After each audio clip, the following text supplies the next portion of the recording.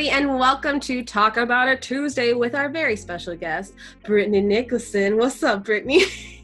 Not much. Hello, everybody. Hello. So Brittany has worked with us in the past, so this is a very special moment because we grew up with her. So I want to ask you a couple questions involving improvisation. And I think the first one is the most important. How did you first discover improv? How was it first integrated into your life? So oddly enough, this is totally random, but I was watching the newer version of Whose Line Is It Anyway? And I got transported back to when I was maybe 8 to 10 years old, back when I really should not have been watching that show at all. But over the summer, we would spend time with my dad when he worked/lived in the Virgin Islands. And for some reason, all the things that we did together was watch Whose Line at midnight, which definitely would not fly with my mom. But, you know, you're with your dad, so things are chill when you're at dad's. Ice cream is good for breakfast, you know? Who cares? It's dad. So, we watch a lot of Whose Line, and as a kid, of course, I'm just like, oh my god, they're so talented with all these songs. How do they do this? Not realizing that any of that was improv, or obviously with years of practice, so it doesn't look like they're coming up with it on the spot. But I'm just like, oh my god, that is the coolest thing ever. They're so funny. So then, years go by, and I become the quote unquote theater kid in high school and college, exploring all kinds of theater stuff, and then actually diving into improv, doing it on stage with my senior year, and doing that on stage and literally not feeling shy or weird about it at all. So I was like, okay, yeah, this is my thing now, apparently. Oh, well, fun fact, I think you were one of my people to go to when I felt nervous right before going on stage. Oh, cool, because I got the worst stage fright and my hands would get so sweaty, and Brit was always back there dancing. She was dancing to something, she was laughing really loud at someone because someone did something, and then cracking jokes left and right, and I was like, okay, this is what I need right now. Basically, I should have a trademark like Brittany, great distraction. Yeah, 100%. Didn't you have a boot or something on?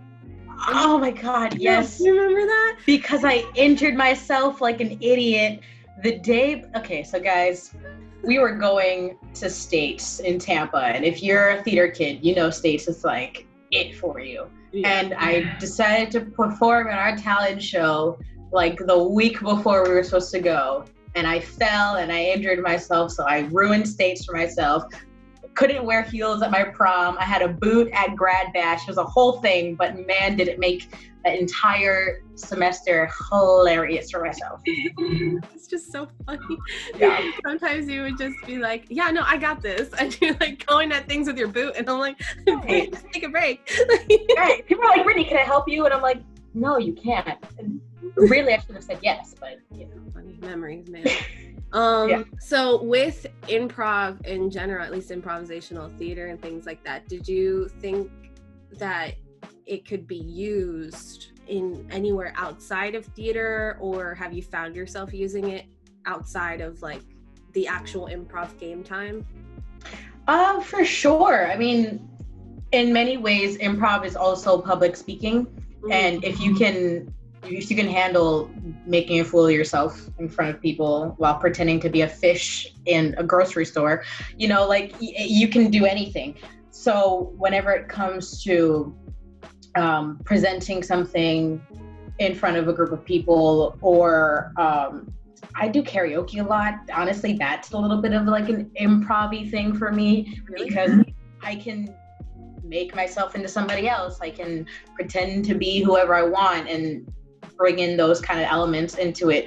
A lot of the yes and stuff works in real life as well. Let's say your boss is trying to tell you to do something. You're like, okay, that could be a great idea. Let's also do this thing that I think is also a great idea. Yeah. You might like if you take 2 seconds to listen, So it really does kind of mend into everything because life is a stage. So, you know, make it fun. Why not, right? Yeah. Because you find yourself using these things outside so many times and you don't realize it. And then when it clicks, you're like, oh, I did it. Right. It's honestly, something as stupid as, oh my God, I can't even believe I'm saying this, but my theater brain can't turn it off. When I was like diving into TikTok a lot at the beginning of this quarantine, and a lot of these people like to make those POV, point of view videos, and their reactions to other people's videos were so poorly done because you could tell that they've never really done an acting or an improv class. So they're negating what the original video is saying, and I'm like, you're not utilizing your yes and people, and it like burned my soul. So yeah. But then the very talented ones, I'm like, all right, I'm waiting for your Oscar. Please get there already. Right. Are there any games specifically that you found either really helped you or you found would be like the ones you like the most through improv? Any kind of like scenes from a hat or like the phrases from a bucket, things like those are really nice just because, honest to God, it's like saying, all right, you're in this situation, what do you do now? And that's my life. So just for example, you know, at the theme parks where I work at SeaWorld specifically, a lot of times guests come at you with a situation that you have to quickly know how to handle. And that's what that game is. Basically, it's like, here's your situation, good luck. And I mean, with the amount of training that we go through to do the job, it kind of starts you to be prepared, but nothing is going to prepare you for an actual human person yelling at you for something that you have no control over. So it's basically just, all right, have fun with the situation and get the result you want. Customer service is always a fun thing, right? In the world, you know. Yeah. And now I wish there was more musical game opportunities in real life, but you know what? I'm the only one who lives with a musical in her head, and I wish the world would join me, because man, I would love to do like a 1-minute song about what's going on all the time, but you know.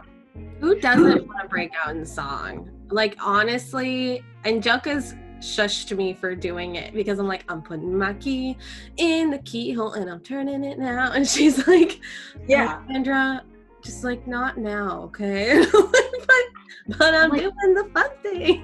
But like, why not now? Let's dive into that, you know? I mean, this is when High School Musical had it right, you know? Yes. real life high school situations. Just break out in song, man. Just do it. I promise it'll be better. Promise. Brit, if I saw you across the street and I was like, who is that? Like, what can't I tell just by looking at you? Everyone can see my loud personality from visual or hearing me from 6 blocks away. But oddly enough, I love to knit and crochet, which is arguably the most old woman thing that anyone can do on the planet, but I love it. Like right now I'm working on a pillow thing that I want to stuff with beans maybe, so you can like warm it up and get like a nice warm back pillow. That's so nice. Right? And like anytime I tell somebody that, they're like, really? And I'm like, just do it once. Just pick up a crochet needle one time and tell me you don't have a good time. It's amazing. Really relaxing. I started knitting because my grandmother would knit, and I was like, it's so cool. So like I started doing it. Exactly. I was a part of that like 3 people only club in elementary school. That was a knitting club. Yes. I love that for you. Yeah, the main reason I got into it is because I was so off the walls. It's like the one time in my day where I'm just like, all right, I'm sitting, I'm not thinking about anything because I don't have the brain space to think about anything else, because I have to focus on, all right, hook this, pull this, twist this, hook, you know what I mean? Like it's a very meticulous strategy that you do get used to, so it does feel like mindless at the same time. But like I can't watch TV and it at the same time necessarily because I have to focus on it. But I do like background noise. But yeah, it's a nice little just like, all right, recharge. With all the things that are happening right now, is there anything that you would like to promote, plug in, any final words for the peeps that are watching? I am doing a show in Orlando. It's a musical. It's Once on This Island. Yes, I am in the ensemble, but I am the dance captain, so I'm involved in it, and I'm really, really excited for this show. Of course, with a certain virus that came to the United States for a little visit. She hasn't left yet. She extended her visa. Things have been a little wonky with dates. As of right now, the date is July 17th to August 2nd in Osceola. So fingers crossed that date is set in stone and I can finally get on the stage and tell our story. That is the main thing I'm super duper excited about. And once things go back to normal and I'm back at SeaWorld, if you guys are ever there, you can check me out there.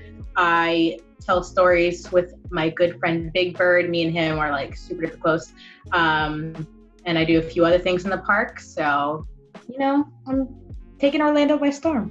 Yeah. Oh my goodness, I love Once on This Island, man. And Brittany is one of the best dance captains if you ever do any theater with her, because she was constantly dance captain for us. I came in as so I was a dance major, and then I was like, I'm taking a theater minor, and then I came to the department, and I was like, all right, y'all need dancers? I got this. Everyone shut up. Listen to me now. There's a pirouette, people, on the 8, not the 7. That's so cool. That's so awesome. Yeah, when Brit left Fort Lauderdale, everyone kind of went through this mini depression of wait a minute. Can we put her in a little area with us and keep her forever? Joker's maybe we can convince her. I'm like, Joker. There's so many things I want to do for the South Florida theater community that I started building just itty bitty that I have to stop, unfortunately. But, what's to say? I don't know what the cards have for the future. I could be back. Who knows? I don't know. Because life is improvisation itself, and it leads you where the scene goes.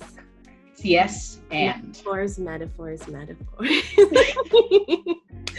Okay, thank you so much for joining me today on Talk About It Tuesday, where we talk about all things improvisation. Don't forget to check out everything in the description, which shows you guys any educational websites or petitions that you can sign. Please don't forget to vote. And subscribe, sign up for online classes. We have online classes for business, kids, teens, adults, and improv camp. So why don't you check that out? Because you're beautiful and you're having a great day. And I hope you have a wonderful day, even more wonderful throughout the day. My name is Alexandra. I'm Brittany. And This is Improv. Have an amazing day. Bye.